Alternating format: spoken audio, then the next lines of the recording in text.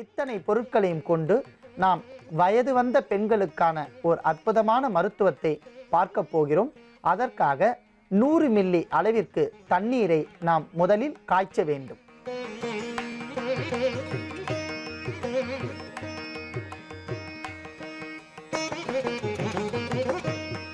நன்றாக கொதித்து கொண்டிருக்கின்ற நீரில் நாம் காம்பு நீக்கிய செம்பருத்தி இலைகளை 2 எடுத்து 2ஆக கிள்ளி அதில் இட வேண்டும்.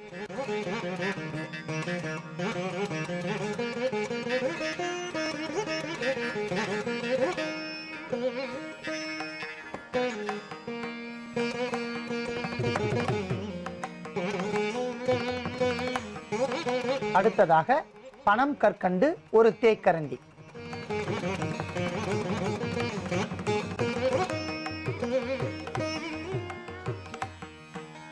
அன்பான நேயர்களே, நன்றாக நீரில் செம்பருத்தி இலைகள் மற்றும் பனங்கற்கண்டு நன்றாக கொதித்து நமக்கு தேவையான செம்பருத்தி இலை தீநீர் தயாராகிவிட்டது. அதை நாம் வடிகட்டி எடுத்துக்கொள்ளலாம்.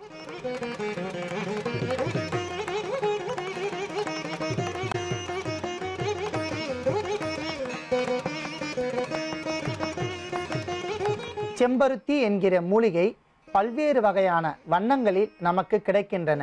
இயற்கையாக அடுக்கு செம்பருத்தி, ஒற்றை இதழ் செம்பருத்தி, 2 அடுக்கு செம்பருத்தி என்று நமக்கு கிடைக்கின்றன.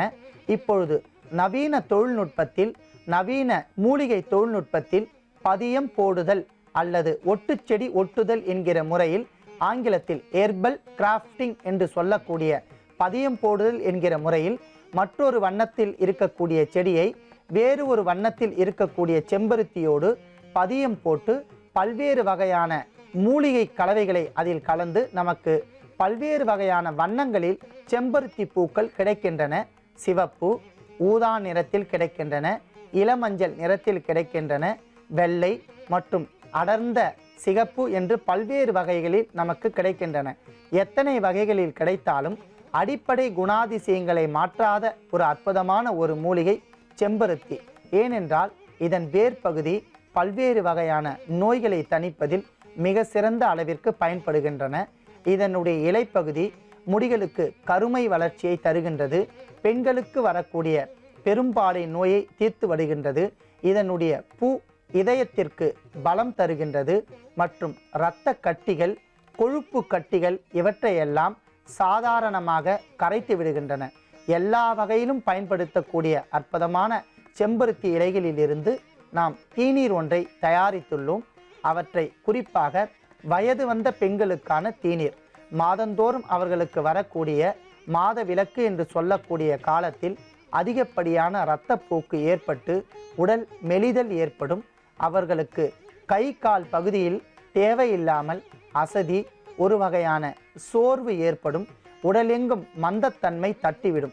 இந்த காலகட்டத்தில் மாதவிலக்கு என்று சொல்லக்கூடிய காலத்திற்கு முன்பாக சுமார் 25 முதல் 30 தேதிக்குள் 25ஆம் தேதிக்குள் இந்த தீநீரை தயாரித்து மாதத்திற்கு 3 முறை தினந்தோறும் இந்த தீநீரை குடித்து வந்தால் மிகவும் அற்புதமான பலன்கள் ஏற்படும்.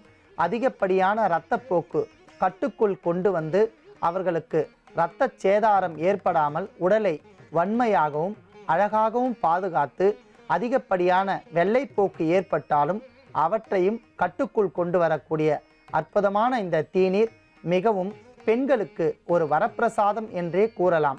ஏனென்றால் இந்த காலகட்டத்தில் அவர்களுக்கு பெரும்பாடு ஏற்பட்டால் அதிகப்படியான மன உளைச்சல்கள் மற்றும் நவீன மருத்துவரிடம் சென்று அளவிற்கு அதிகமாக பொருட்செலவு செய்யுதல் மற்றும் இவற்றையெல்லாம் நாம் எளிமையாக தடுத்து கொள்ளலாம்.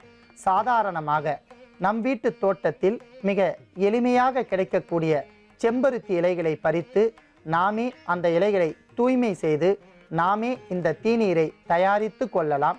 இதற்காக அளவிற்கு அதிகமாக பொருட்செலவும் தேவைப்படாது.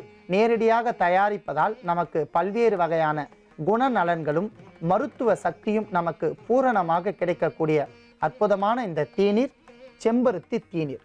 அன்பான நேயர்களே, மிகவும் எளிமையாக சுவையாக இருக்கக்கூடிய இந்த தீநீரை பெண்கள் தாராளமாக மாதத்திற்கு ஒரு முறை என்ற கணக்கில் 3 மாதம் தொடர்ந்து பருகி வந்தால் எல்லா வகையான பெரும்பாடு என்கிற நோயும் தீர்ந்து அவர்களுக்கு உடல் பலம்படும்.